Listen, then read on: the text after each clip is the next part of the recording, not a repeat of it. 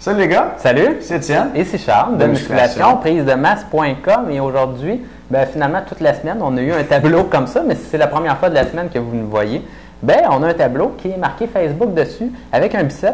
Je suis particulièrement fier de mon dessin. Parmi une trentaine de dessins, on a gardé celui-là. Oui, c'est ça. D'ailleurs, il va peut-être apparaître bientôt sur dessinexpert.com. C'est l'artiste de la semaine, Charles Lamontagne. Et sur toute réserve, si vous avez des dumbbells comme ça à votre gym, changez donc de gym. Les vieux dumbbells en rond. En fer. Oui. Laissez faire. Oui, laissez faire. C'est bon ça? OK. Oui, manquez pas la vidéo qu'on a préparée pour vous sur Facebook, qui est une vidéo dans laquelle vous allez découvrir 10 conseils d'experts pour vous aider à grossir des bras au maximum. Les bras, c'est pas un groupe musculaire qui paraît. Comme l'autre fois, j'étais au bar avec un de mes amis, puis c'est pas un gars qui s'entraîne, puis il m'a dit, check, ce gars-là, il a vraiment des bras énormes. Puis le gars, il avait pas comme une shape incroyable, il avait des épaules correctes, mais il avait vraiment des estis gros bras. Ah ouais? Sacré, là. OK. Genre, était gros comme ma tête, tu sais, c'était quasiment suspect.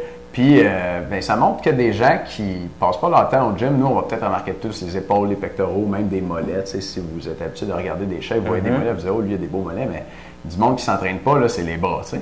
Fait que si vous voulez faire grossir vos bras, puis impressionner les mondes qui s'entraînent et le monde qui ne s'entraîne pas, manquez pas notre vidéo des 10 conseils d'experts pour faire grossir vos bras au maximum, disponible pour nos amis Facebook. C'est la dernière fois qu'on vous en parle. Si vous ne l'avez pas vu, c'est le temps, c'est samedi, vous avez le temps. Allez voir ça sur Facebook. Il y a un lien juste en bas de vidéo. Vous cliquez sur le bouton j'aime et vous allez être dirigé automatiquement sur le vidéo cadeau. Donc, c'est aussi simple que ça.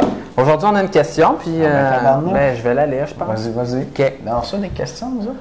Ben oui, encore. Un membre en plus? Ah, mon Dieu. OK. Je vais prendre un grand souffle et je vais. Yannick Blainville, 21 ans, 5 ans d'expérience en musculation. C'est 29, donc. 29 ans. OK. C'est samedi. C'est samedi. Aucune raison, mais c'est samedi. Je recommence. Yannick Blainville, 29 ans. Bonne réponse. OK. 5 ans d'expérience en musculation, 6 pieds, 195 livres. OK, bonne shape. Salut les gars, d'abord un peu d'infos. J'ai 29 ans. OK, c'est bon, avec un petit surplus de poids au niveau du ventre. Je m'entraîne depuis environ 5 ans. OK? J'ai une question qui me hante sans cesse depuis le début. On va pouvoir y répondre. Écoute, quand c'est sérieux comme ça, écrivez-nous. Des questions comme ça, il ne faut pas laisser traîner ça. Écoute, c'est samedi, on a le droit de faire des jokes. On a le droit? On a le droit d'avoir un fourré? Samedi, c'est les longues vidéos. Oh boy! Fait que c'est déjà assez parti pour être pas mal long. Je continue. Du coup, Charles. Qu'est-ce qui doit être privilégié entre s'entraîner de façon assidue 3 ou 4 fois semaine ou dormir 8 heures?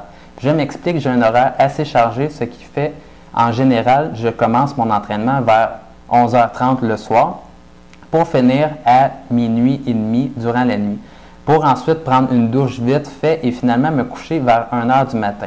Le problème, c'est que le cadran sonne à 5h30, donc j'ai un gros total de 4h30, parfois 5 heures de sommeil, ce qui est, vous serez sûrement d'accord, très peu. Effectivement, c'est vraiment très peu, Yannick. C'est pas pire peu. Pas pire peu. Alors voilà, qu'est-ce qui permet de prendre le plus de muscles entre entraînement versus dodo? Parce que présentement, c'est le sommeil qui en prend pour son rhume. Merci pour votre réponse. Peut-être pourriez-vous faire une vidéo qui traite du sujet du sommeil. On va le faire, Yannick, et même on va te répondre. Donc, il y a beaucoup de choses à dire là-dessus. Beaucoup de choses. Ça tombe bien, c'est samedi. C'est bon. Si tu as plein de choses à dire, je te laisse. Oui, tu me laisses. Moi, la première chose que je dirais, puis c'est peut-être mon meilleur conseil pour toi, Yannick, si tu dors peu comme ça la nuit, fais une sieste l'après-midi, si tu es capable, ou sur ton heure de lunch au travail. Okay? Une sieste de 20 minutes. Moi, j'ai vécu 8 mois en Espagne. Et puis en Espagne, les Espagnols sont impossibles à suivre parce qu'ils sortent à tous les soirs puis ils se lèvent à tous les matins pour aller à l'école. C'est quoi leur secret? Ils font une sieste. La siesta, ça vient de l'Espagne. Puis quand tu fais une sieste, puis ça a été montré dans des études sur le sommeil, je me suis pas mal intéressé à ça. Faire une sieste de 20 minutes pendant la journée, ça te permet de retrancher 1h40 à ta nuit. OK? Donc, si tu dors, toi, mettons, 5 heures par nuit, si tu tapais juste une sieste de 20 minutes en plus de ça, tu aurais comme un total de 6h40 de sommeil pour ta journée. Donc, ça a plus d'allure que 5 heures. Fait que ça te permettrait de ne pas sacrifier ton entraînement et de donner assez de repos à ton corps pour récupérer puis peut-être fonctionner un petit peu mieux. Parce que j'imagine qu'à force de faire du 4,5, de temps en temps, tu dois dormir une longue nuit. Ça serait mon deuxième conseil. Mais le premier conseil, c'est vraiment la sieste. Une sieste de 20 minutes, pas plus longtemps. Moi, j'ai essayé là-bas. Mes chums sortaient tous les soirs. Puis moi, j'étais essoufflé à un moment donné. Je me suis dit, OK, je vais faire des siestes. Puis là, je faisais une sieste, je me couchais, puis je me réveillais 1 heure et demie plus tard, tout à l'envers. Là. Ça marche vraiment pas. Il faut vous forcer à faire du 20 minutes, puis habituer votre corps. Puis maintenant, moi, j'en fais des siestes de 20 minutes, puis ça m'a pris peut-être 1 semaine à 2 semaines pour m'adapter. Puis maintenant, quand c'est l'heure de ma sieste, je deviens fatigué par moi-même, je m'endors rapidement, puis souvent même, je me réveille avant le cadran, 20 minutes plus tard. Puis je me réveille vraiment reposé.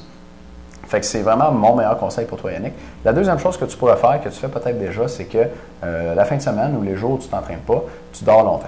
Tu ne te couches pas de cadran, là, puis là, tu dors 10 heures, 11 heures, peut-être même 12 heures. Tu rattrapes ta dette de sommeil. C'est une bonne idée de faire ça. Puis là, je vais me répéter, mais si tu fais des siestes, tu pourrais ne pas avoir de dette de sommeil. Ben oui, puis là, tu parlais d'une sieste, mais il pourrait en faire plus qu'une aussi durant la journée. Tu pourrais couper ça, par exemple, aux 4 heures, puis faire une sieste de 20 minutes. Tu mets le chrono, tu t'assoupis et tu continues comme ça. Tu vas réussir à récupérer quand même pas mal de sommeil durant ta journée. Ça prend un horaire flexible, par exemple. Oui, bien sûr. Donc, mais la sieste l'après-midi ou sur l'heure du lunch au travail, ça, c'est assez facile à faire. Il y a d'autres personnes que je connais qui vont en faire une tout de suite après le travail, style vers 5 heures, puis là, qui vont s'entraîner un petit peu plus tard dans la soirée. Donc, ça pourrait être une autre option pour toi. Pas mauvais. Aussi, l'autre chose à savoir, c'est qu'il peut y avoir des personnes qui vont avoir 9 heures de sommeil, sauf qu'ils n'auront pas une bonne récupération après leur nuit, tout simplement parce que si vous avez un mauvais sommeil ou vous vous réveillez fréquemment, à ce moment-là, ça gâche vraiment la qualité de votre sommeil. Donc, vraiment maximiser.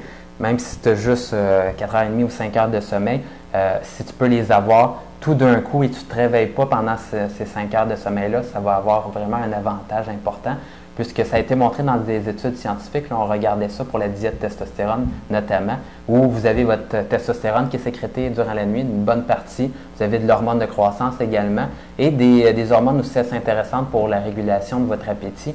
Et tout ça est gâché pas mal quand on voyait dans des études scientifiques que si les gars étaient réveillés comme aux 2 heures durant une nuit de 8 heures, les productions d'hormones étaient vraiment réduites de beaucoup, tandis que comparativement à des personnes qui dormaient toutes leurs 8 heures d'un coup et qui n'étaient pas réveillées et qui avaient une bonne nuit de sommeil. Donc, si vous avez des problèmes à ce niveau-là, c'est vraiment à savoir. Une chose que vous pouvez faire pour mieux dormir la nuit, c'est d'éliminer les sources de lumière et de bruit. Ça a l'air peut-être plus facile à dire qu'à faire, là, mais moi, j'ai expérimenté avec ça. La première chose, puis ça fait une grosse différence, c'est quand je me suis mis à dormir avec des bouchons dans les oreilles.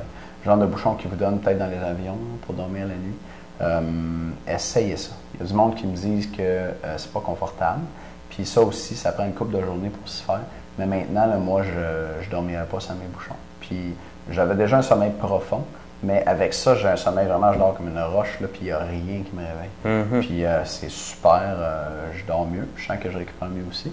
Pour la lumière, ben là, c'est d'avoir des rideaux opaques si vous êtes capable. Sinon, il se vend des petits bandeaux. Puis ça, on voit ça genre dans la petite vie. C'est cute, hein? Ouais, c'est pas mal cute. Les bouchons puis le bandeau. Fait que vous mettez pas ça, genre, envoyez pas une photo à vos blondes avec votre bandeau, tu sais, mais ça serait quelque chose à essayer. Dans mon appart, j'ai beaucoup de fenêtres dans ma chambre, beaucoup de luminosité, puis le soleil se lève, puis il fait clair comme le jour. Puis si j'avais pas ça, ben ça me réveillerait, je pense. Parce que la lumière, c'est un stimulus qui active notre cerveau, puis active notre métabolisme, notre corps, nos rythmes circadiens. C'est réglé à cause du sommeil, à cause de la lumière, et puis c'est entre autres parce qu'il y a moins de lumière en novembre que c'est le mois des dépressions, novembre. Donc, quand le soleil se lève, puis il y a la lumière qui rentre dans votre chambre, même si vous avez les yeux fermés, vos yeux se rendent compte qu'il y a plus de luminosité, puis ça va vous tirer de votre sommeil. Donc, c'est autre chose que vous pourriez là, prendre en considération, c'est-à-dire essayer d'avoir peut-être des rideaux plus opaques ou d'essayer le petit bandeau pendant la nuit. Absolument. Moi, je voyais d'ailleurs qu'ils vendaient des cadrans que c'est des boules de lumière, finalement des lumières, puis de plus en plus la lumière est importante. Et les gens se réveillent juste avec la lumière sans cadran et ça fait le travail comme ça. Une autre chose aussi, certaines personnes, si vous êtes vraiment du type stressé, si vous êtes déjà fait dire par votre blonde ou par votre dentiste que vous serrez des dents la nuit beaucoup, en fait, tout le monde serre des dents la nuit à peu près 5-7 minutes, vers comme 4 heures du matin, là, Ça, c'est bien documenté. Mais si vous serrez particulièrement beaucoup des dents la nuit, à ce moment-là, ça bloque votre sommeil un peu.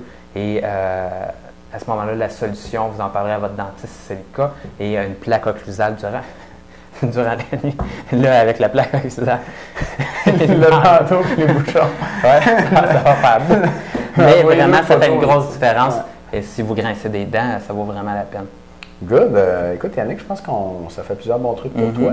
Donc, dans le fond, là, si tu pouvais comme optimiser ton sommeil pour pouvoir continuer à t'entraîner, ça serait le mieux pour toi. S'il fallait vraiment répondre à ta question, est-ce que tu dois t'entraîner 3 à 4 fois par semaine ou dormir 8 heures? Peut-être ce que tu pourrais faire si tu ne peux pas faire de sieste ou tu ne peux pas améliorer ton sommeil, là, faire un compromis du genre 2 entraînements semaine avec des nuits de sommeil de 6-7 heures en moyenne. Tu sais. Qu'est-ce que tu en penses, Charles? Ben, c'est pas mal ça que je dirais moi aussi. Entraîne-toi un petit peu moins souvent, tu vas progresser quand même, tu vas progresser un peu moins vite. Mais si tu continues de t'entraîner comme ça 4 fois semaine puis dormir 4h30, tu vas progresser moins vite aussi parce que tu récupères moins bien. Fait qu'il faut que tu essaies d'équilibrer les deux. Bon, mais je pense que ça résume pas mal la situation. Ça résume la situation. Ben, Yannick, merci beaucoup pour ta question et merci beaucoup d'être membre avec nous. Et si on peut se permettre, c'est toi qui as le tableau. Mais qu'on va se permettre. Puis il faut absolument ressortir le tableau. Il est tellement beau. Hein? Il est tellement beau. Dernière chance de voir mon beau dessin de biceps. Ouais. Faites pause cette vidéo, là. On va en avoir un petit peu plus. Et allez voir notre page Facebook. Vraiment, allez voir ça. C'est gratuit. 10 conseils pour maximiser la taille de vos bras. Allez voir ça. À bientôt. À bientôt.